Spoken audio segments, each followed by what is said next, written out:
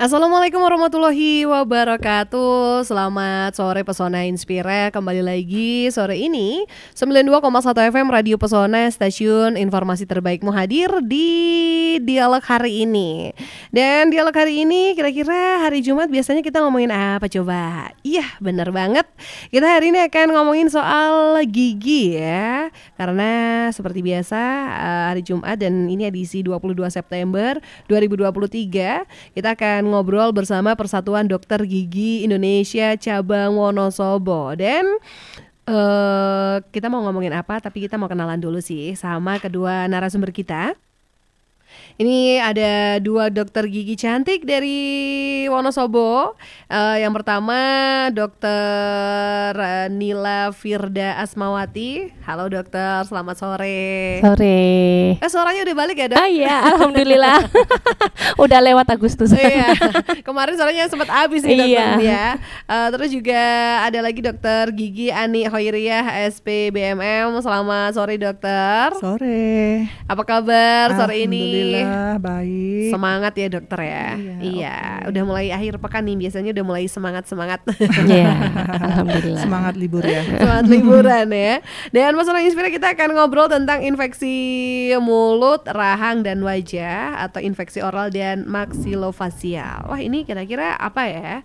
Pesona Inspire boleh gabung langsung saja di 0823 2383 9996. Oke. Jadi langsung saja ya, mungkin nanti mau tanya-tanya seputar kesehatan gigi dan mulut bisa langsung gabung aja, atau mungkin hanya sekedar pengen menyapa dokter Nila atau juga dokter Ani ya, karena ini mungkin ada yang salah satunya memang pasien yang selalu di salah satu dokter ini nih, siapa tahu kan. Oke, nah kita akan langsung ngobrol tentang tema yang tadi sudah kita kasih bocoran, infeksi mulut, rahang dan wajah atau infeksi oral dan juga maxillofacial. Nah ini kira-kira gimana nih dokter, infeksi oral dan juga maxillofacial itu mungkin bisa dijelaskan gitu ya, karena mungkin ada yang masih asing juga gitu, belum pernah dengar ini gitu. Silahkan. Ya baik, mungkin saya mulai dulu ya. Jadi ini saya jelaskan dulu, di sini posisinya saya dokter gigi umum general praktis, kemudian Bu Ani ini adalah dokter gigi spesialis bedah mulut. Tentunya lebih mumpuni sebetulnya tentang ini. Sebelum itu saya beri pengantar dulu. Jadi infeksi itu secara sederhananya saya jelaskan dulu, saya coba masuknya benda asing itu ke dalam tubuh kita. Bisa jadi dari virus, bakteri, seperti itu dari jamur. Kemudian dia masuk ke dalam tubuh kita. Kemudian sederhananya dia kan perlu makan ya. Kemudian ikut makan di tubuh kita dan menghasilkan produk-produk yang kemudian membuat kita sakit, timbullah sakit-sakit seperti itu, sehingga infeksi itu bisa dikenali dengan mudahnya adalah tanda-tandanya ini bengkak, panas, merah, dan nyeri. Bisa muncul semua atau bisa jadi hanya salah satu muncul, itu sudah bisa kita katakan dengan infeksi seperti itu. Nah infeksi itu di gigi itu ada beberapa macam. Ada gigi terus kemudian menyebar meluas seperti itu. Nah nanti untuk selanjutnya mungkin bisa dijelaskan lebih lanjut oleh dokter Ani. Oke, jadi infeksi, kita kenalan sebelum ke infeksi oral dan juga tadi ada maxillofacial juga. Ini juga infeksi ini memang ada sesuatu yang mungkin tidak beres di tubuh gitu ya. Ini tubuh kayak ada reaksi bahwa ada sesuatu hal yang asing gitu ya dokter. Betul, ya. Oke, kayak bengkak itu mungkin ya waspada, mungkin itu bisa jadi infeksi. Ya, tanda-tandanya. Tanda-tanda. Oke, nah dokter Ani nih ada infeksi oral dan juga satunya lagi saya baru tahu sih dokter, maxillofacial. Sebenarnya infeksi oral itu apa? Kemudian juga infeksi maxillofacial apa? Apakah itu sama atau mungkin perbedaannya apa sih gitu? Oke, terima kasih ya Mbak. Ini tadi sudah pengantarnya untuk infeksi sudah dijelaskan sama Dokter Nila. Jadi memang infeksi itu kalau khusus di bidang kami, di bidang kedokteran gigi paling sering disebabkan oleh adanya bakteri ya. Kan bisa virus, bisa bakteri, bisa benda lainnya, bisa termasuk parasit dan lain-lain ya. Tapi kalau paling banyak di kami itu adalah infeksi bakteri. Kemudian bakteri itu kan bisa masuk jika barir atau apa ya, kalau kita badan kita itu kan kulitnya sudah dilapisi oleh keratin sehingga tidak bisa masuk infeksi berupa bakteri maupun virus ataupun yang lain pada kondisi yang normal, termasuk gigi. Gigi itu lapisan teratas adalah email. Email itu dibuat paling keras setubuh itu karena dia selain punya fungsi untuk mengunyah juga untuk barir biar biar tidak ada virus maupun bakteri ataupun yang lainnya yang bisa masuk. Akan tetapi pada kondisi tertentu ketika email itu sudah mulai menipis atau bahkan sudah email itu hilang, kemudian tidak dilakukan perawatan, kemudian malah akan semakin dalam masuk ke lapisan bawah email, ke dentin, kemudian akan lebih dalam lagi jika tidak dilakukan perawatan akan semakin dalam. Lah itu infeksi bisa masuk lewat lubang itu, lubang yang dari gigi itu ya. Gigi berlubang, kemudian kalau sudah mencapai sampai ke saluran namanya pulpa ya. Pulpa itu saluran yang berisi pembuluh darah dan saraf, itu akan masuk ikut aliran darah. Nah, disitulah timbul infeksi. Kemudian infeksi oral itu apa? Infeksi oral itu kalau bahasa kedokteran di bahasa awam kan itu sama dengan rongga mulut. Jadi kalau infeksi oral itu berarti infeksi yang ada di rongga mulut. Biasanya bisa berupa gusi bengkak, kemudian nyeri ketika gigi itu buat makan atau ketika ditekan, itu suatu tanda infeksi oral. Kemudian infeksi maksilofasial itu kalau bahasa awamnya wajah dan rahang. Jadi kalau infeksi itu tidak tertangani pada saat masih di lokasi yang di dekat gigi, di sekitar akar gigi, kemudian di sekitar gusi, itu tidak ditangani, maka dia akan semakin membesar atau meluas atau menyebar. Itu kenapa? Karena kemungkinan dari daya serang bakterinya juga lebih tinggi, kemudian ketahanan tubuh hostnya atau yang terkena pasiennya itu juga lebih agak turun. Jadi akhirnya terus kalau kita sebut virulensi itu sebenarnya tidak harus virus ya, tapi tingkat daya serang bakterinya lebih luar biasa, kemudian tidak diimbangi dengan adanya pengobatan, maka dia akan akan menyebar tergantung di mana dia paling dekat. Misal untuk gigi atas itu dia paling dekat itu adalah yang bagian belakang itu adalah di area pipi. Jadi kalau gigi atas yang sakit biasanya pipinya nanti kalau nggak dilakukan perawatan akan bengkak, gede, bisa kecil, bisa gede, tergantung dari tingkat itu tadi, tingkat keganasan bakterinya, daya tahan tubuhnya, kemudian dapat obat perawatan atau tidak, obatnya antibiotik dapat atau tidak. Kemudian nanti tergantung juga kalau gigi bawah bisa ke mana gitu, ke rahang bawah ya, bisa di bawah rahang bawah sampai ke leher, bahkan bisa ada yang menyebar sampai ke dada, karena kalau cairan itu sifatnya dia akan mencari tempat yang paling rendah. Kemudian kalau gigi depan itu dia bisa menyebar ke atas di dekat hidung, biasanya di samping hidung itu akan ada bengkak. Itu jadi tergantung dia letaknya yang paling dekat itu akan kemana, itu tergantung. Jadi kalau infeksi wajah dan rahang itu sudah perluasan dari infeksi yang oral yang tidak tertangani dengan baik. Kalau infeksi oral masih tertangani biasanya dia tidak akan menyebar, tapi ketika tidak tertangani dengan baik itu biasanya akan menyebar ke lokasi di paling dekat yang paling dia bisa masuk cairan itu, seperti itu. Dan kasusnya cukup banyak itu. Bahkan saya pernah itu pasien di Bangsal itu ada 11 pasien, yang 8 tuh pasiennya infeksi semua. Jadi yang 8 tuh pasiennya bengkak semua. Nah itu. Dan orang mungkin orang selama ini gigi itu kesehatan yang nomor sekian, tidak ada tidak diperhatikan karena gigi nggak menyebabkan mati. Kalau di tempat saya banyak yang mati. Banyak Jadi kasus infeksi gigi yang berakhir dengan kematian itu cukup banyak.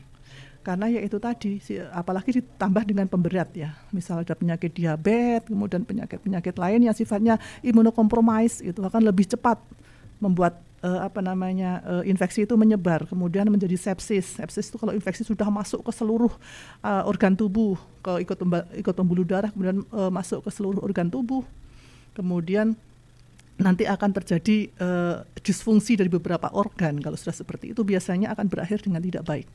Sering seperti itu. Gitu ya. Oke, wah ini penjelasannya menarik sekali ya, bahwa sakit gigi itu tidak boleh disepelekan gitu ya dokter ya. Betul. Nah ini tadi juga disebabkan ada infeksi gigi atau maksilofacial, ini adalah rahang dan juga wajah gitu. Nah ini memang awalnya ini memang dari infeksi gigi dulu lalu merambat-rambat gitu ya dokter ya. Iya betul. Wah ini harus segera kalau misalnya ada tanda-tandanya itu memang harus segera diperiksakan gitu. Nah biasanya ciri-ciri atau tanda-tanda infeksi itu tuh apa saja sih dokter gitu? Apakah juga demam misalnya atau seperti apa nih? Iya, jadi ciri infeksi itu yang pertama mudah dikenali adalah nyeri, panas, demam, dan bengkak. Itu bisa muncul semua, bisa juga tidak. Kalau misalkan pasien itu datang seperti itu kan, kalau misalkan mau cabut gigi, sederhananya dilihat dulu masih infeksi atau tidak, seperti yang sudah kita ceritakan sebelumnya ya. Jadi kalau masih infeksi akan kita obatin dulu gitu. Namun beberapa pasien seperti itu tetap menyatakan bahwa dok ini gigi saya sudah tidak sakit, seperti itu kan. Dicabut dong gitu kan ya. Tapi kita lihat dulu tanda-tanda infeksinya. Oh ternyata gusinya masih merah, meskipun pasiennya mengatakan tidak sakit gitu kan. Oh ternyata gusinya apalagi masih meluntung Bu Ani ya, masih bengkak seperti itu. Nah itu tidak bisa dicabut karena masih ada infeksinya. Jadi teman-teman tidak hanya nyeri saja, ciri-ciri infeksi itu juga dilihat dulu gusinya, apakah ini kalau di gigi ya, apakah dia merah atau tidak, apakah dia bengkak atau tidak, seperti itu. Juga kalau misalkan sudah menyebar, itu bisa menyebabkan sampai dengan demam, sederhananya seperti itu gitu Mbak. Iya itu tuh Pesona Inspira boleh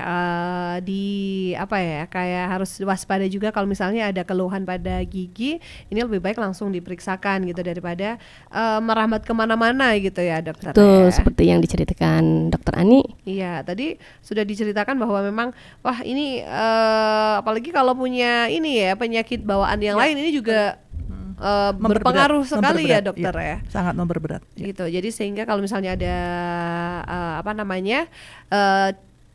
kayak keluhan atau mungkin badan kayak udah nggak enak, giginya juga bermasalah, langsung aja periksakan ke dokter.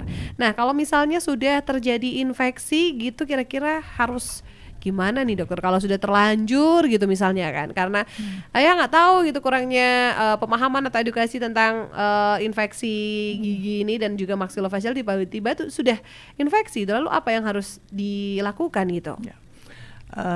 Gini ya, jadi kalau misal infeksi itu sebenarnya tidak serta-merta ada. Pasti diawali dengan ada sesuatu di situ. Biasanya port di entry atau pintu masuknya dari infeksi dari gigi, dari rongga mulut, wajah, dan rahang itu adalah satu, gigi berlubang. Yang kedua, gigi goyang. Yang ketiga, gigi tumbuh sebagian. Cuman 3 itu sebenarnya penyebabnya kalau berasal dari infeksi gigi. Gigi lubang otomatis kalau lubangnya sudah dalam, itu dia yang saya ceritakan tadi. Bakteri itu bisa masuk ke dalam aliran darah, kemudian menyebabkan infeksi di situ. Infeksinya bisa di lokal di situ atau bahkan menyebar. Yang kedua, gigi goyang. Kenapa kok juga infeksi? Karena ketika gigi goyang itu perlekatan gigi dan gusi dan tulang di bawahnya itu sudah longgar. Jadi disitulah ada space, ada ruangan sehingga bakteri juga bisa masuk lewat situ. Kemudian yang terakhir adalah gigi tertumbuh sebagian ya. Kalau kita sebut gigi impaksi. Paling sering itu pada gigi bungsu. Nah itu biasanya kan karena kalau gigi impaksi sebagian atau tumbuh sebagian, itu di atasnya ada gusinya. Di atas gigi itu ada gusi tapi tidak menutupi sempurna, tapi juga tidak terbuka secara sempurna. Lah di antara gigi dan gusi itu, gusi yang ada di atas gigi itu nanti mudah terselip sisa makanan. dan tidak bisa dibersihkan. Disikat pun nggak bisa, dikumur juga nggak bisa, dicutek nanti akan bisa jadi infeksi. Jadi itu penyebabnya yang pertama. Kemudian tadi kalau sudah terjadi infeksi gimana? Ya sebenarnya kalau sudah kadung terjadi infeksi ya memang pertama harus diobati. Yang pertama periksa ke dokter, dilakukan pengobatan. Kemudian pengobatannya itu berupa apa? Kalau dia infeksinya hanya di bawah akar gigi, itu mungkin dokter masih bisa membantu dengan membuka saluran akar atau atap dari ruang pulpa atau ruangan yang isinya pembuluh darah dan saraf, sehingga ketika dibuka harapannya gasnya bisa keluar. Kemudian juga ada drainase atau tempat keluar jika ada gas atau cairan infeksi di situ. Kemudian yang kedua, jika sudah menyebar itu kalau mungkin masih memungkinkan pasien bisa buka mulut, masih bisa dilakukan pembukaan ruang pulpa tadi, atau giginya dibor. Kalau orang taunya giginya dibor biar terbuka, kemudian gasnya keluar. Tapi tetap harus dengan pengobatan ya. Dari pengobatannya itu otomatis tergantung tingkat atau severity dari penyakit itu, severity dari infeksi. Kalau tingkat keparahannya sudah parah, otomatis itu biasanya kami lakukan dengan rawat inap dan dengan obat-obat injeksi. Dan itu antibiotiknya berapa tergantung dari derajat keparahannya juga, tergantung dari komorbidnya juga, tergantung dari kondisi pasien juga, apakah sudah sepsis atau belum. Kalau sudah sepsis, saya bisa beri antibiotik double, beberapa, bahkan triple.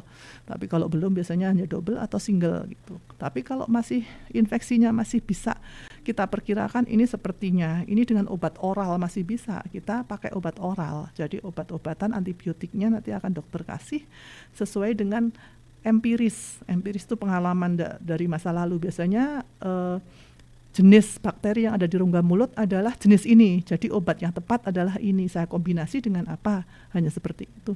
Tetapi kalau infeksi itu sudah membandel di mana tidak bisa diobatin, baru kita lakukan kultur dan sensitivitas. Fungsinya adalah untuk membiakkan bakteri yang ada di situ. Bakterinya jenisnya apa, nanti akan kita beri antibiotik sesuai dengan bakteri yang ada di situ. Jadi nanti ada sensitivitas bakteri itu akan muncul jenis antibiotiknya. Jadi seperti itu. Yang jelas jangan dibiarkan, karena semakin dibiarkan semakin lama. Kalau infeksi apalagi pada orang dengan komorbid ya, misal diabetes, imunokompromis, kemudian geriatri, itu akan lebih cepat penyebarannya. Kalau penyebarannya cepat, terjadi sepsis, kemudian shock septik biasanya berakhir dengan tidak baik. Gitu ya, jadi harus diobati. Diobati, apalagi juga nih kalau sudah ada takaran dosis tertentu juga gitu ya dokter ya. Gitu. Nah kalau misalnya contoh nih untuk yang infeksi sampai rahang dan mulut itu kira-kira sampai tidak bisa berbicara atau sampai bengkak semuanya wajahnya gitu, atau mungkin bisa sampai kemana-mana gitu dokter? Ya, jadi kalau yang saya dapat di rumah sakit ya, di rumah sakit itu berarti sudah pasien sudah rawat inap ya, yang di bangsal itu seringnya sudah sulit untuk makan, bahkan minum sudah nggak bisa. Karena apa? Infeksi, ketika terjadi infeksi di atas, dia cairan akan mudah turun seperti yang saya bilang tadi, karena sifat cairan adalah mencari tempat paling rendah. Sehingga ketika dia ada infeksi di bagian atas, dia akan turun, apalagi posisi pasien, posisi sering duduk atau sering berdiri, itu akan mempercepat turun. Kemudian kalau turun apa? Terjadi terjadi oklusi. Oklusi itu apa ya? Pembuntuan, buntu. Jadi jalan nafasnya, jalan makannya itu bisa buntu, sehingga memang biasanya keluhannya adalah kesulitan untuk tidak hanya makan, minum air putih aja banyak yang keluar lagi karena sudah terjadi bengkak di dalam, tapi bukan nggak kelihatan dari luar. Nah itu, selain itu juga infeksi itu selalu akan menimbulkan proses radang di tubuh kita. Jadi ketika kita infeksi pasti ada peradangan di daerah sekitar itulah. Radang itu salah satu tandanya adalah bengkak. Bengkak itulah akhirnya kalau dia ada di suatu saluran baik nafas maupun makan, dia akan mengalami kesulitan itu. Bisa sulit makan, bisa sulit bernafas. Jadi seperti itu. Jadi kalau yang parah seperti itu. Kalau yang belum parah biasanya hanya bengkak, tapi masih bisa makan, masih bisa bicara, masih bisa. Biasanya yang sulit adalah buka mulut. Buka mulut itu paling sulit biasanya kalau memang ada infeksi. Ya. Nah ini kan biasanya kan kalau sudah infeksi ini juga ada yang bengkak dan lain sebagainya. Nah ini apakah karena ini infeksi kan dari gigi nih dokter? Nah apakah akhirnya giginya dicabut gitu atau nunggu sembuh dulu atau gimana nih biasanya nih? Karena kan kalau lagi sakit katanya juga nggak boleh dicabut gitu. Ya.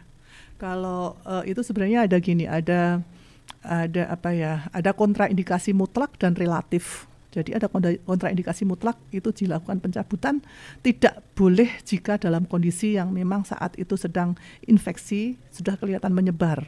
Dalam arti sudah infeksi sudah masuk ke pembuluh darah. Tapi pada kondisi tertentu itu masih sifatnya relatif. Kita lihat by case ya, by case kita lihat kasusnya, kita lihat orangnya, kemudian kita lihat status kesehatan di sebelumnya, riwayat kesehatannya, itu nanti akan ada perbedaan perlakuan. Apakah perlu dicabut saat itu ataukah harus ditangguhkan? Itu ada perbedaan perlakuan. Kemudian juga apakah harus dicabut? Tidak selalu, pada kondisi yang di mana dia masih kondisi giginya masih bagus, lubangnya kecil cuman dalam, kemudian infeksinya masih di sekitar situ, mungkin itu masih bisa dirawat dengan perawatan saluran akar oleh dokter konservasi gigi, mungkin masih bisa, karena saya beberapa ada yang masih bisa dirawat seperti itu. Jadi tidak pencabutan menjadi satu-satunya opsi, sebenarnya enggak, tapi kalau kondisinya sudah pernah infeksi menyebar, kemudian kondisi giginya nggak mungkin dipertahankan, ya dicabut, atau sulit untuk melakukan perawatan pada gigi itu juga dicabut. Tapi kalau masih mungkin gigi depan gitu ya, dokter nilai ya, gigi depan itu kan akarnya tunggal, gampang, aksesnya gampang, itu mungkin masih bisa dipertahankan. Kalau infeksinya masih sedikit ya, masih belum menyebar, belum luas, masih di sekitar situ, mungkin masih bisa dipertahankan, dicoba dipertahankan, mungkin masih bisa ya. Iya, gigi depan cepat dikenali karena lubangnya. Belakang kan ini ya, aksesnya juga susah soalnya. Akses masuk alatnya kalau gigi belakang lebih susah. Kalau depan kan lebih gampang, mungkin masih bisa diselamatkan. Banyak yang bisa diselamatkan. Dicabut, kalau gigi depan ya, tapi tergantung pasien juga. Ada beberapa yang pokoknya saya dicabut aja lah dok, saya nggak mau karena nanti kalau ditambal nanti bolak-balik, bolak-balik, dan kemudian nanti masih sakit, masih ada giginya. Kalau nggak ada giginya kan udah nggak sakit. Ya iyalah, kalau nggak ada giginya ya udah nggak sakit, ya tinggal gusinya doang. Oke, jadi memang tindakan itu nggak harus selalu dicabut giginya, walaupun itu sumber penyakitnya sebenarnya dari gigi itu gitu ya. Masih bisa dilakukan perawatan lain, masih bisa dilakukan opsi-opsinya masih bisa yang lain gitu ya dokter ya. Masih bisa, tergantung itu tadi lokasinya, kemudian pasiennya juga, macam-macam lah, tergantung itu ya. Nanti kan kalau misal ada infeksi bisa dikonsultasikan dulu, tidak harus langsung otomatis dicabut. Iya, jadi sabar nih, biasanya kan kalau lagi sakit udah nggak sabar, pengennya langsung diambil, dicabut gitu ya. Udah sembuh lupa. Udah sembuh di eman-eman. Itulah sudah biasa, itu sudah apa ya, sudah menjadi suatu keumuman. Biasanya kayak gitu. Itu dia Pesona Inspira. Jadi kalau misalnya lagi sakit gigi memang nggak enak ya, tapi ada yang bilang sakit gigi lebih baik daripada sakit hati ya. Enggak juga. Sakit semua soalnya dok ya. Cuma nggak ada yang jenguk gitu kan kalau sakit gigi. Ada yang jenguk kalau sudah masuk rumah sakit. Betul. Pasiennya Bu Anik banyak. Iya, jangan sama nih Pesona Inspira. Nah, yang mau tanya-tanya langsung saja. Ini tadi juga sudah ada penanya yang masuk, nanti akan saya tanyakan kepada dokter. Yang mau tanya lagi silahkan masih ditampung di 0823 2383 9996. Dan masih bersama saya Mita, bersama dengan Dokter Nila dan juga Dokter Ani. Kita masih di bincang-bincang bersama dengan Persatuan Dokter Gigi Indonesia cabang Wonosobo. Kita akan kembali sesaat lagi Pesona Inspira. Jadi tetap bersama kami, ditunggu kebersamaannya ya. Jangan kemana-mana. 92,1 FM Radio Pesona, stasiun informasi terbaikmu akan kembali sesaat lagi. Kembali lagi Pesona Inspira, dialog hari ini 92,1 FM Radio Pesona, stasiun informasi terbaikmu. Dan kita di acara bersama Persatuan Dokter Gigi Indonesia cabang Wonosobo ya. Ini kita masih ngomongin tentang infeksi mulut, rahang dan wajah ya, atau infeksi oral dan juga maksilofacial. Masih bersama Dokter Gigi Nila Firda Asmawati dan juga Dokter Gigi Ani Hoiriyah ya. Kita masih ngomongin tentang infeksi mulut, rahang dan wajah yang menarik sekali ternyata, karena kalau misalnya tidak diperiksakan bisa berakibat fatal gitu ya. Nah dokter, ini ada pertanyaan nih, sebelum saya yang tanya langsung saja mungkin ini Pesona Inspira di rumah juga sudah penasaran ya. Ini sebenarnya dari Dita di Wonosobo. Ini Dita mau tanya, sebenarnya penyebab infeksi itu apakah memang dari si gigi itu sendiri, atau dari faktor makanan, atau dari behel, atau dari apa saja penyebabnya? Bisa tolong dijelaskan dokter? Silakan, siapa nih yang mau menjawab? Oke, nanti saya menjelaskan secara ringan dulu, lebih dalamnya Dokter Ani ya. Oke, gimana ini dokter? Jadi infeksi itu bisa berasal pada intinya infeksi gigi dan mulut itu memang asalnya dari kuman yang ikut makan seperti itu di dalam mulut kita. Masuknya lewatnya macam-macam seperti itu ya. Bisa lewat gigi, bisa lewat gusi. Juga kalau misalkan behel itu tidak terawat, itu bisa sisa makanan kan numpuk banyak, itu bisa masuk ke sela-sela antara gigi dan gusi seperti itu. Sehingga kumannya jalan masuk ke tubuh kita sehingga terjadilah infeksi. Nah, jalannya macam-macam itu tadi, sehingga kalau ada yang kemudian gigi itu lubang dibiarkan seperti itu, ketika dia minum obat terus kemudian seperti yang kita bahas tadi, kemudian sudah sakitnya hilang terus lupa lah, itu kuman kan akan tetap bisa masuk lagi ya lewat jalan-jalan yang terbuka tadi, seperti gigi lubang seperti itu akan tetap masuk lagi, sehingga ketika obatnya sudah habis ya tentu saja dia ketika tidak ditangani, lubang gigi itu atau jalan masuk kuman itu tidak ditangani, itu tetap akan infeksi lagi seperti itu. Jadi ditangani macam-macam nih. Kalau misalkan Dokter Ani tadi cerita bisa dengan, kalau masih bisa ditambal atau dipertahankan ya ditambal, dipertahankan. Kalau misalkan tidak bisa kemudian baru dicabut seperti itu teman-teman. Mungkin bisa dilanjutkan lagi? Iya, ini kan bikin penasaran nih dokter. Sebenarnya infeksi itu penyebabnya ya bukan karena gigi yang sakit aja, tapi ini karena ada kuman-kuman, bakteri-bakteri gitu. Nah, cuman lewatnya kira-kira nih dari apa aja? Dari makanan mungkin bisa, kalau misalnya tidak pernah atau tidak rajin gosok gigi gitu ya. Bisa. Oke, jadi silakan nih dokter, lebih lanjut secara lengkapnya bisa diceritakan. Oke, terutama kalau dari makanan itu adalah makanan yang sifatnya manis dan lengket ya. Karena apa? Kalau makanan yang lengket itu yang jelas susah dibersihkan, kemudian ditambah dengan makanan itu manis.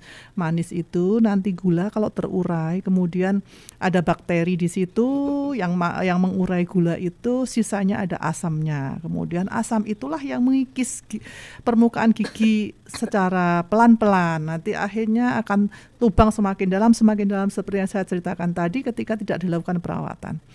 Kemudian apakah dari gigi itu sendiri, itu pada kondisi gigi yang normal ya. Kondisi gigi yang normal itu dalam arti susunannya normal, kemudian jumlah mineralnya normal, itu seperti itu. Tapi ada beberapa kasus di mana memang gigi itu tumbuh tidak normal. Misalnya gigi itu emailnya tidak sempurna, atau dia ada kelainan pertumbuhan email sehingga emailnya itu bolong-bolong kah, atau emailnya terlalu tipis atau bagaimana, itu akan lebih memudahkan lagi terjadi lubang dan akhirnya infeksi. Walaupun pada orang normal misalnya, orang normal makan kemudian sikat gigi, dia tidak aman, dia aman, tidak terkena sakit gigi. Tapi pada orang dengan kondisi kelainan pada struktur giginya itu bisa tetap menjadi masalah. Ketika dia tidak makan manis, tidak makan lengket, itu juga bisa mengalami masalah karena memang struktur giginya tidak normal. Dalam arti barirnya atau tempat masuk kumannya itu lebih mudah, tempat masuk bakteri itu lebih mudah karena tidak ada barir yang sempurna. Jadi emailnya mungkin dia pembentukannya tidak normal sehingga emailnya itu kalau kita sebut itu seperti bolong-bolong, seperti warnanya jadi kecoklatan gitu, bisa jadi. Jadi memang bisa dari giginya secara langsung kalau strukturnya nggak normal, kemudian bisa dari makanan, bisa dari behel ya, behel bisa, kemudian seperti yang tadi saya jelaskan dari gigi goyang bisa, dari gigi yang tumbuh sebagian bisa, seperti itu ya. Oke, dari behel ini juga bisa nih. Nah, dari behel ini apakah karena mungkin kawatnya yang tiba-tiba mungkin bisa berkarat gitu, kira-kira bisa nggak sih dokter gitu?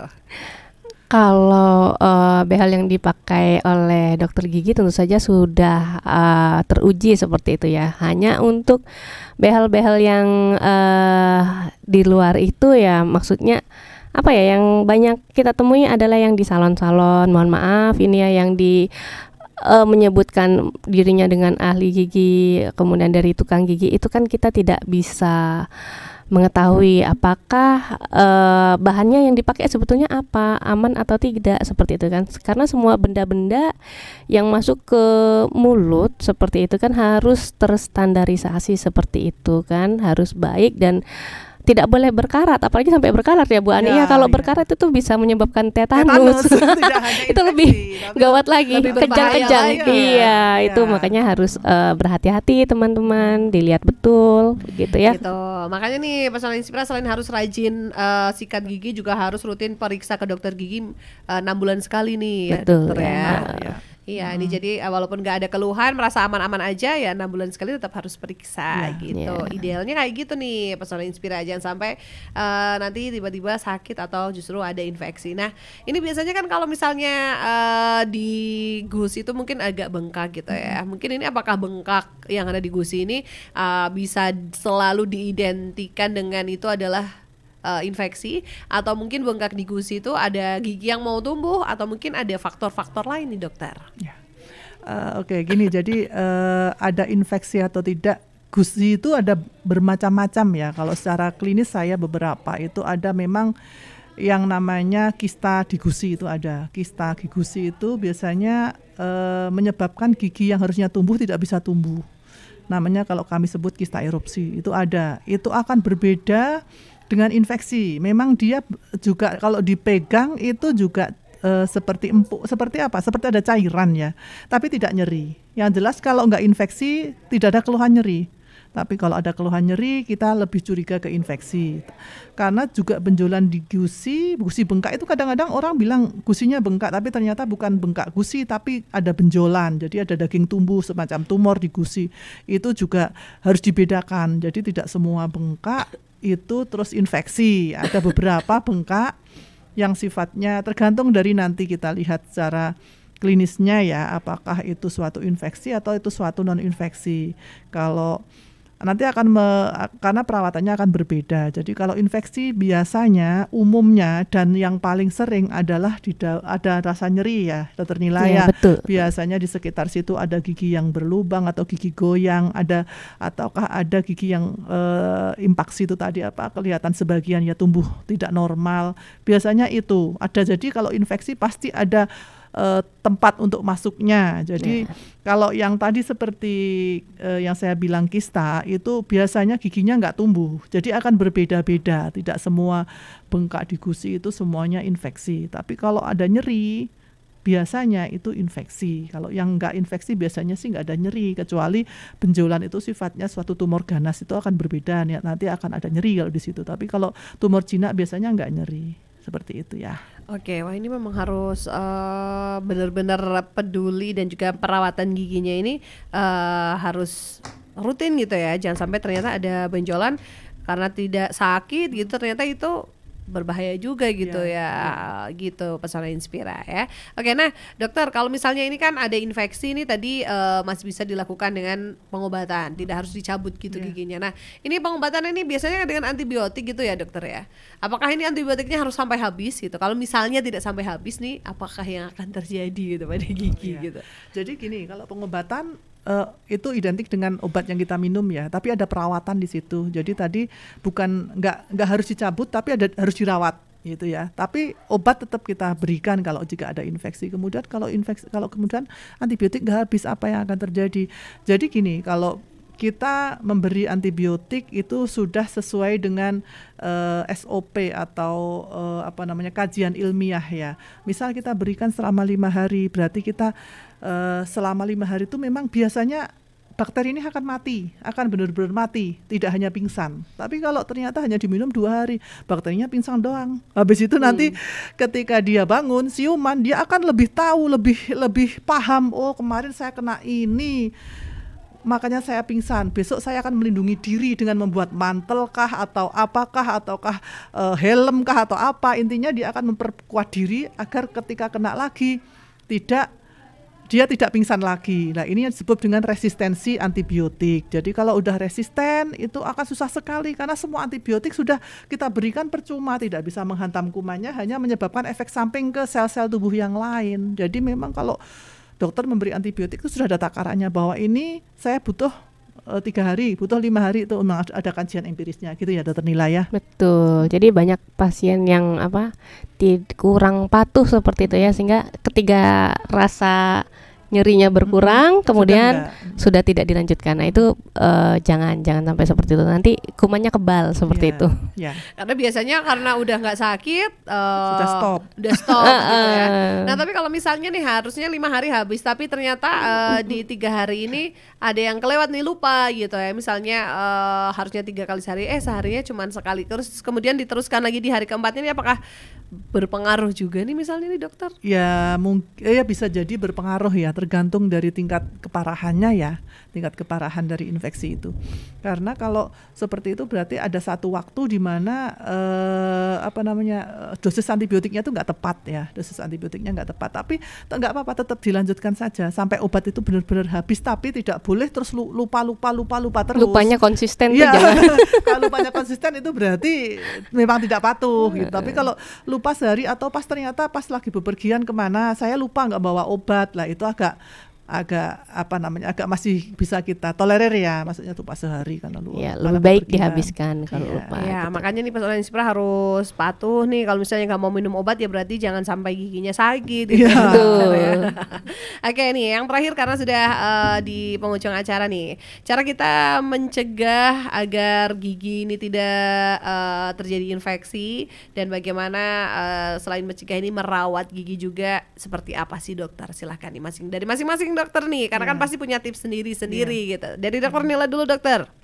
Iya, caranya supaya terhindar dari infeksi itu sebetulnya sederhana teman-teman. Seperti yang sudah kita kampanyekan nih dari bulan-bulan sebelumnya ya. Yang pertama pasti sikat gigi, itu dijaga kebersihan gigi dan mulutnya. Karena infeksi itu sejatinya kan datang dari kuman, hanya kan pintu masuknya tadi yang banyak macamnya seperti itu. Nah, untuk memutuskan rantai infeksi itu, yang pertama kita hindari kan kuman seperti itu ya. Sehingga kita harus rajin membersihkan. Nah, salah satu rantai yang bisa diputus adalah kebersihan mulut, sisa makanan kita. Itu kita putus supaya kumannya tidak ikut makan seperti itu ya.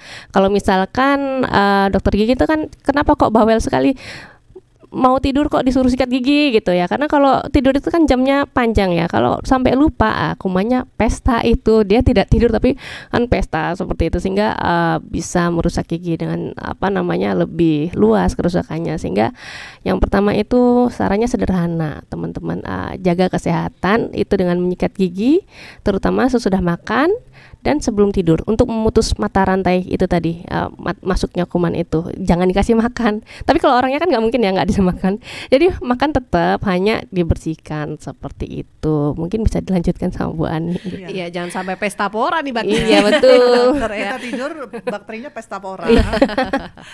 Ya, dari dokter gigi Ani, silakan dokter.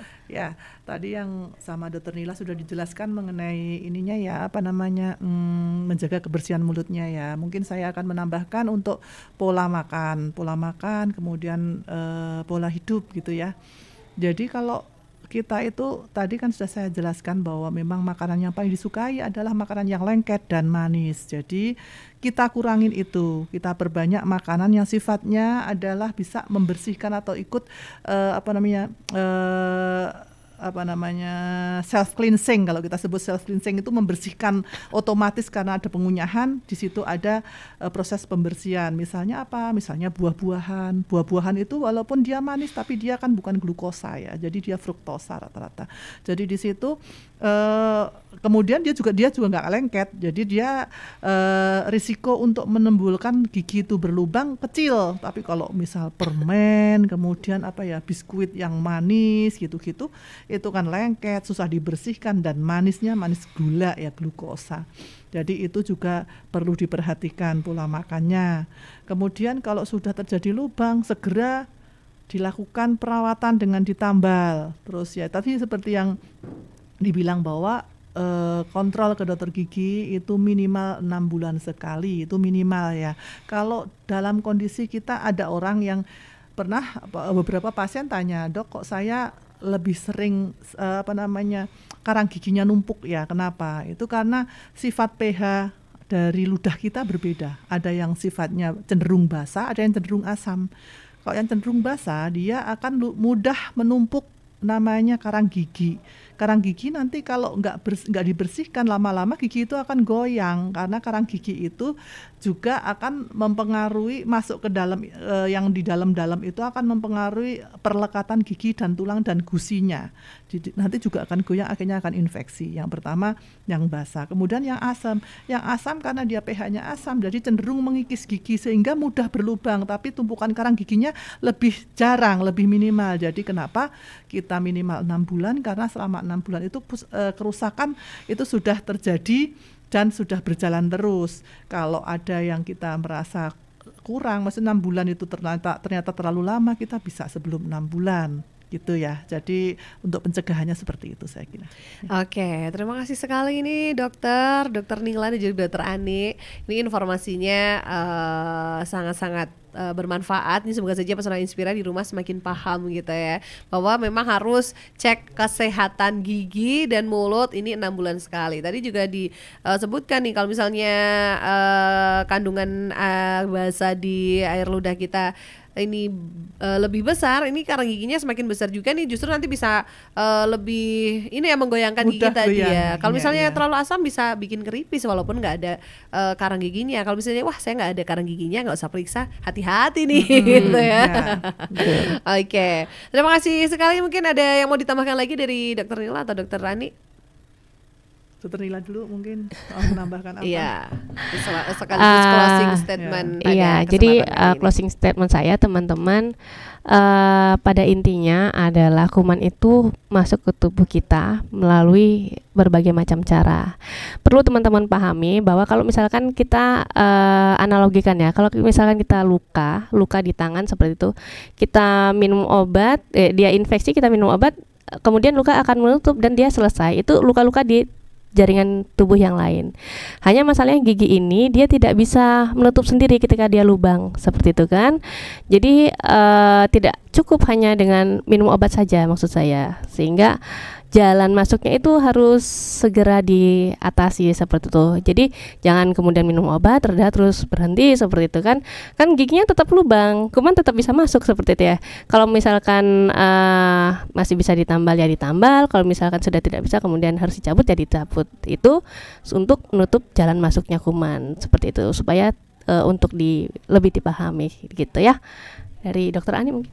Ya. Kalau saya lebih ke Dokter Nila sudah untuk jalan masuknya ya, untuk penutupan jalan masuknya saya mungkin akan sedikit selama ini kan orang menganggap bahwa infeksi gigi itu tidak masalah gitu. Biasa orang sakit gigi itu bukan penyakit yang bahaya gitu. Tapi yang saya tangani secara klinisi, sebagai klinisi ini ya sudah beberapa tahun, itu banyak kejadian yang akhirnya harus berakhir dengan kematian. Nah, ini saya harap teman-teman, sahabat Pesona untuk lebih aware, lebih ketika ada sakit gigi tidak terus dibiarkan, tapi lebih aware, lebih